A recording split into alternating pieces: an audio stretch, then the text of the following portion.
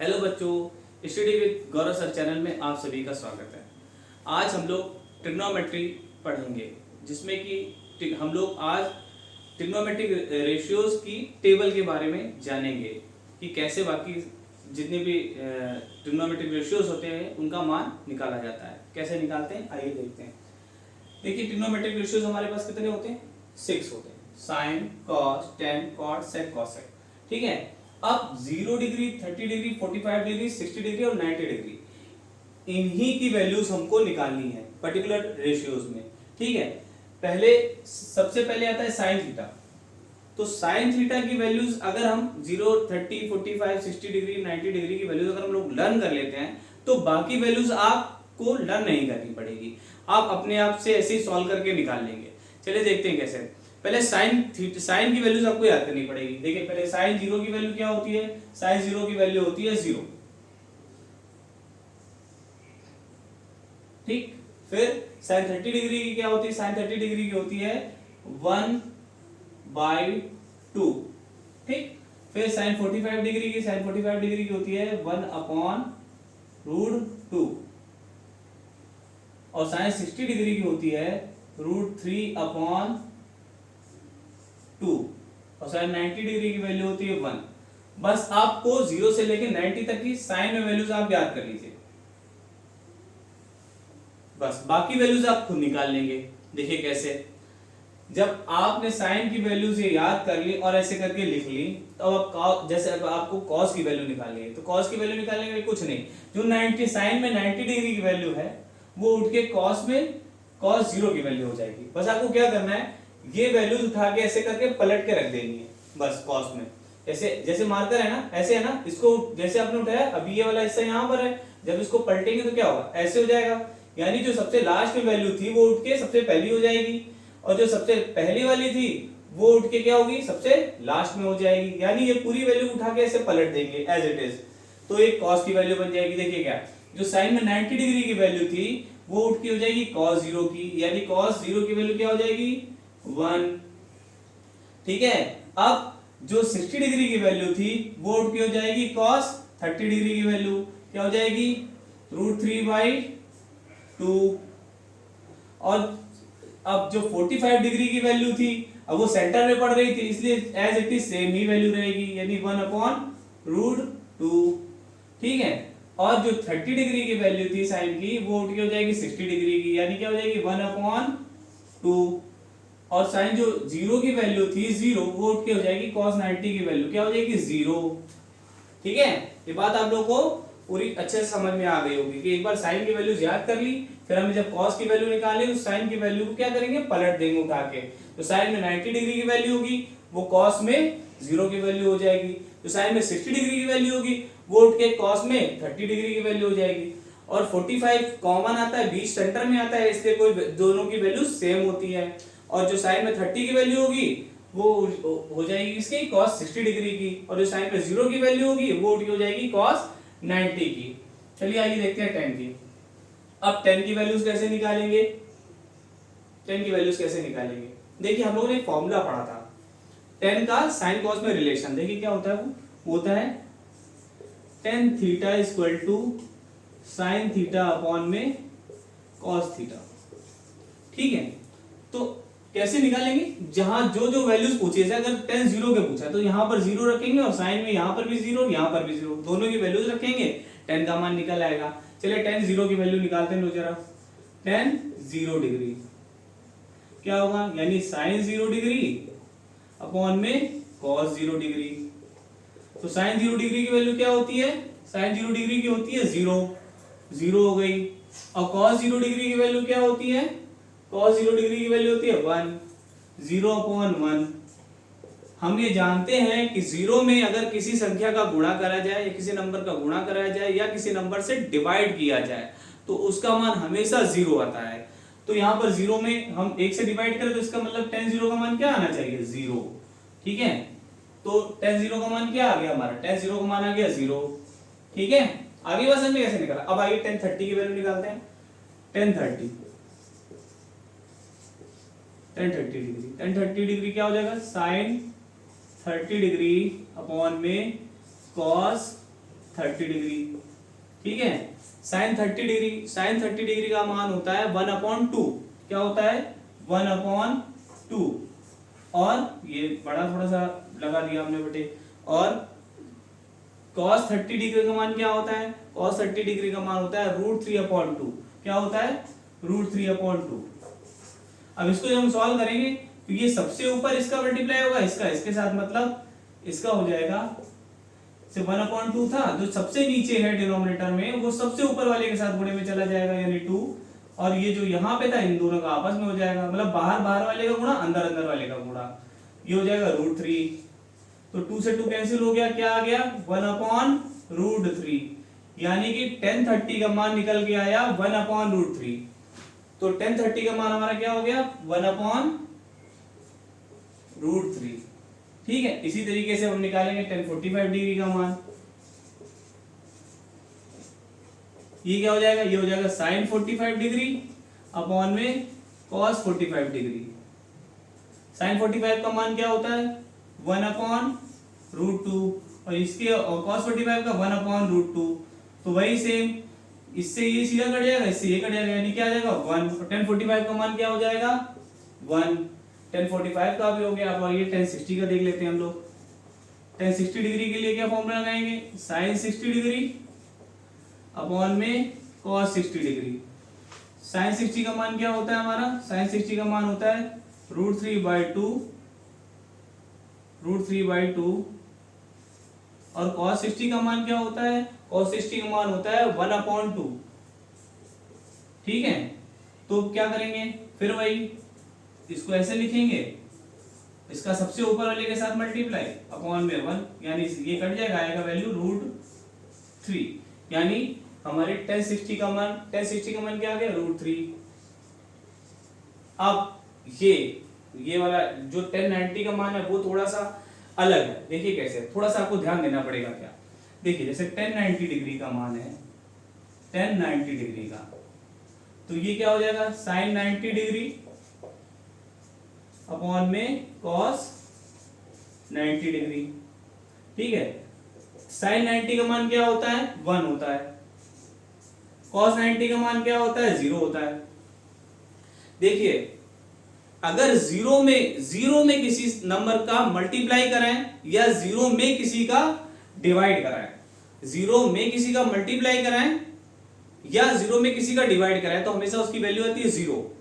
लेकिन अगर हम किसी नंबर में 0 से डिवाइड करें, ठीक है, अगर हम किसी नंबर में 0 से डिवाइड करें तो उसका मान होता है इंफिनिटिव। क्या होता है?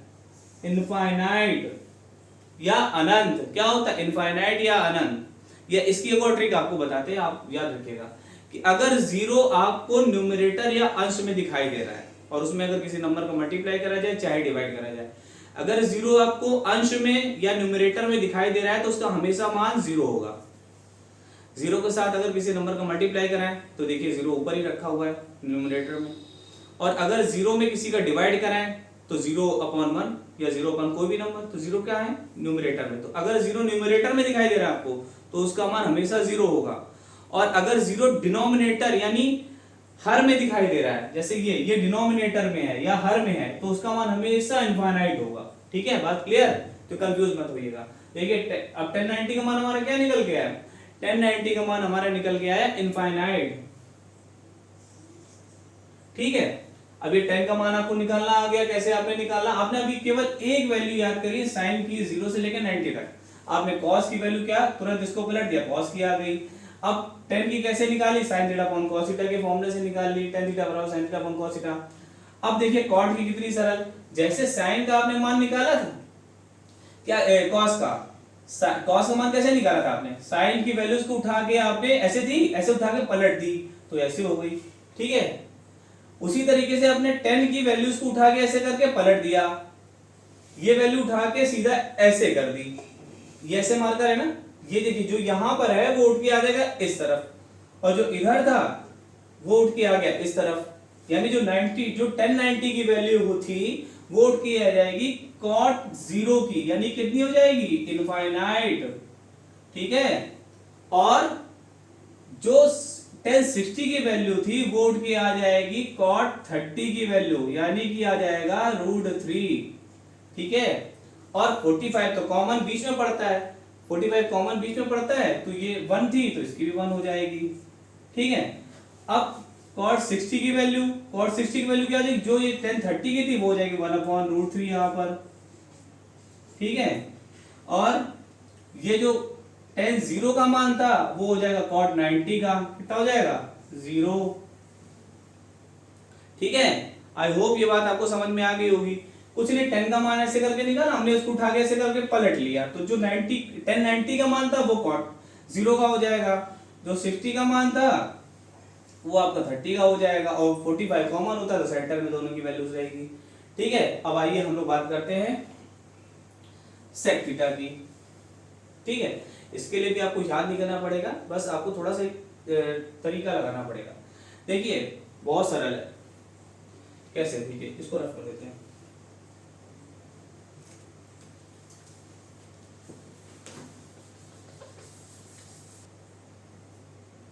अब हमारी sec थीटा की वैल्यू और cosec थीटा की वैल्यूज रहेंगे। इसकी भी बहुत अच्छी टेक्निक है, बस देखिए ये कैसे करते हैं।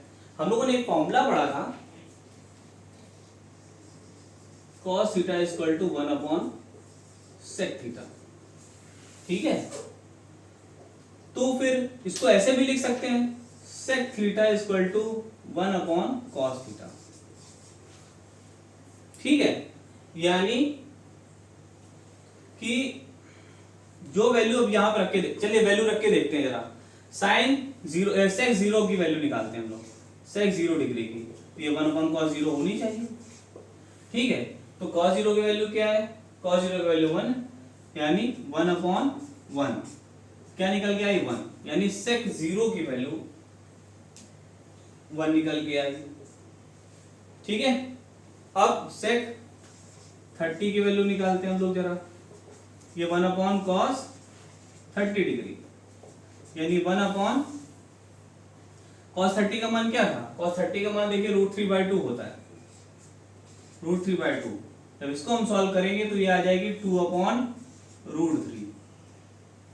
ये सबसे ऊपर चला जाएगा, ये यहीं पे बना रहेगा। ठीक है, बस अब यहीं तक देखिए, बस यहाँ तक बता दें। अब आप देखिए मेथड क्या आया, sec 30 मान हमारा 2/, बस मेथड पता चल गया यहां से, अब पूरा सॉल्व करने की जरूरत ही नहीं है, आगे वैल्यू निकालेंगे, सीधे देखते हैं। देखिए आप क्या करिए, cos का मान निकाले, दोनों में देखिए आपस में क्या है कि हमको क्या करना है, वैल्यूज को उठा के पलट देना है। जो न्यूमरेटर में थी उसको डिनोमिनेटर में, और जो डिनोमिनेटर में थी उसको न्यूमरेटर में कर देना है। ठीक है, जो अंश में थी उसको हर में ले आना है, और जो हर में थी उसको ऊपर ले जाना है। ये ऐसे पलट देना, देखिए ऐसे है ना, ऐसे पलट देना है। जो नीचे वाली वैल्यू है वो ऊपर चली जाएगी, जो ऊपर वाली वैल्यू है वो नीचे आ जाएगी। ठीक है, देखिए क्या हुआ, sec 30 में क्या हुआ, 2/, में था, 2/, में था, क्या हुआ 2 ऊपर आ जाएगा, और √3 ऊपर था तो नीचे आ जाएगा, ये 30 की वैल्यू। ठीक, अब आइए इसमें क्या है, cos 45 डिग्री की वैल्यू 1/√2। हमने कहा जो नीचे वैल्यू थी हर में या डिनोमिनेटर में वो ऊपर चली जाएगी, तो √2 ऊपर आ जाएगा, और जो ऊपर थी वो नीचे, तो अपॉन में 1 लिखने से कोई फर्क पड़ेगा नहीं, केवल √2 हो जाएगा। आगे आइए, अब 60 में क्या थी, 1/2 थी, तो हमने कहा जो नीचे थी उसको ऊपर ले जाओ, और जो ऊपर है उसको नीचे, तो केवल 2 आ जाएगा, अपॉन में 1 से कोई फर्क नहीं पड़ेगा। ठीक है, और इसको क्या होगा, अब ये देखिए, अब यहाँ पे क्या करेंगे, अब यहाँ पे देखना पड़ेगा आपको। देखिए क्या है, ये हमें निकालनी है किसकी वैल्यू, sec 90 डिग्री की, तो 1/cos 90 डिग्री, तो 1/cos 90 का मान क्या होता है, cos 90 का मान क्या था, 0 था। हमने अभी आपको बताया कि 0 का अगर किसी नंबर में डिवाइड करते हैं तो क्या मान आता है उसका, इनफाइनाइट। तो यहाँ क्या मान हो जाएगा, इनफाइनाइट। तो वैल्यू निकल के आई sec 0 की 1, sec 30 की 2/√3, sec 45 की √2, और sec 60 की 2, और sec 90 की इनफाइनाइट। अब जैसे हमने क्या किया था, बस यही जो काम यहां पर किया है, क्योंकि cos का और sec का रिलेशन होता है cos theta equal to 1/sec theta, या sec theta equal to 1/cos theta. Same इसी तरीके से sin और cosec का भी रिलेशन होता है, साइन थीटा इक्वल टू होता है 1 अपॉन कॉसेक थीटा, या cosec theta equal to 1 upon sine theta. ठीक है, यानी भाई अगर सेम रिलेशन है ना ऐसा एक दूसरे के साथ, तो जो वैल्यू यहाँ पे तुमने पलट दी वही साइन में भी होगा, साइन और कॉसेक में भी। जो कॉसेक जीरो की वैल्यू जो होगी वो क्या हो जाएगी, कॉसेक जीरो जैसे हम निकालते हैं यहाँ पे cosec 0 degree, cosec 0 degree equal to क्या हो जाएगा 1 अपॉन साइन 0 डिग्री। तो 1 अपॉन साइन 0 का मान 0 होता है, तो 1 अपॉन 0 क्या भैया होता है, इनफाइनाइट होता है। तो यहाँ पे हम लोग लिख देंगे क्या, इनफाइनाइट। ठीक है, इसको हम दो तरीके से लगा सकते हैं। देखिए, एक तो हम इस तरह से लगा सकते हैं कि साइन की जो वैल्यूज है उसको पलट दें, ठीक है, ऊपर नीचे कर दें। नहीं तो एक काम और कर सकते हैं। देखिए, अब सेक और कॉसेक का भी वही सेम रिलेशन, इसको ऐसे पकड़िए मार्कर को, मार्कर जैसे है ना मैं पकड़ा हूं, इसको मैंने क्या किया, पलट दिया ना, तो मतलब जो इधर 90 सेक में 90 डिग्री की वैल्यू है वो उठ के आ जाएगी कॉसेक 0 की वैल्यू, जो 60 डिग्री की वैल्यू है वो उठ के आ जाएगी आपकी 30 डिग्री में, यानी क्या हो जाएगी रूट, ये क्या हो जाएगी आपकी 2 हो जाएगी। देखिए ये हो जाएगी 2, और ये जो 45 डिग्री कॉमन ही होता है √2 हो जाएगी, और ये 2/3 इसकी 30 की थी वो आ गई यहाँ पे क्या हो गई 2/3, और ये जो 0, ये 0 पे वैल्यू क्या थी 1 थी, ये उठ के आ जाएगी यहाँ पर 1। इसको इस तरह से भी कर सकते हैं, नहीं तो एक मेथड और मैंने आपको बताया कि अगर आपको कॉसेक 0 का मान निकालना है क्या करेंगे, इसको पलटिए आप 1/0 इनफाइनाइट 1/2 तक, जो अपॉन में जो था वो ऊपर चला जाएगा, 2 ऊपर आ गया 1 नीचे रहेगा, 2 ही रहेगा। 1/√2 था तो √2 ऊपर चला गया, 1 नीचे आया, कोई फर्क नहीं पड़ेगा। √3/2 था, 2 को ऊपर ले गया, √3 को नीचे ले आए, और 1/1 1 ही होता है। ठीक है, ये हो गया। नहीं तो क्या कर सकते थे हम, सेक को क्या किया, सेक वाली वैल्यूज को उठा के ऐसे करके पलट दिया, यानी जैसे साइन में था ना, साइन को पलटा तो कॉस की वैल्यू मिली, टेन को पलटा तो कॉट की वैल्यू मिली। ठीक है, उसी प्रकार सेक को ऐसे करके पलटा तो हमें कॉसेक की सारी वैल्यूज मिल गई। ठीक है, सारी वैल्यूज देख लीजिए, सारी वैल्यूज देख लीजिए। ठीक है, ये बस 2 अपॉन में क्या था भाई, ये था ना √3/2, तो यहाँ पर एक 2/√3 हो जाएगा। ठीक है, 2/√3 के नाम है। ठीक है, आई होप कि आपको ये सारे समझ में आ गए होंगे वैल्यूज। देख लीजिए एक बार फिर से, साइन 0 का मान 0, साइन 30 का 1/2, साइन 45 का 1/√2, साइन 60 का √3/2 और साइन 90 का 1। इसी को पलटा हमने तो बस ये सारी वैल्यू, जैसे साइन cos 0 का 1, cos 30 का √3/2, ये 1/√2, फिर 1/2, फिर cos 90 का 0। तो ये सारी ट्रिग्नोमेट्रिक वैल्यूज जो है 0 से लेकर 90 तक की सारी सॉल्व कर दी है मैंने। आई होप आपको समझ में आया होगा, समझ में आया, और इसको पढ़िए और वैल्यू लर्न करिए साइन की, और बाकी आप तो खुद ही निकाल लेंगे। ठीक है, आप ऐसी तरीके से आप पढ़ते रहिए, मैं आगे भी अभी ट्रिग्नोमेट्री के सारे काफ़ी सारे फॉर्मूलाज और क्वेश्चंस आपको बताऊंगा, और आप इसको ध्यान से पढ़ते रहिए, बहुत इंपॉर्टेंट चीज़ है। आपको कुछ याद नहीं करना पड़ेगा, केवल साइन की वैल्यू याद करिए, सारी वैल्यूज आप खुद निकालेंगे। इसी तरीके से आप पढ़ते रहें, वीडियोस को ज़्यादा से ज़्यादा देखें, शेयर करें और सब्सक्राइब करिए, ताकि आपको अच्छे से अच्छा क्वालिटी मटेरियल मिलता रहे। Thank you.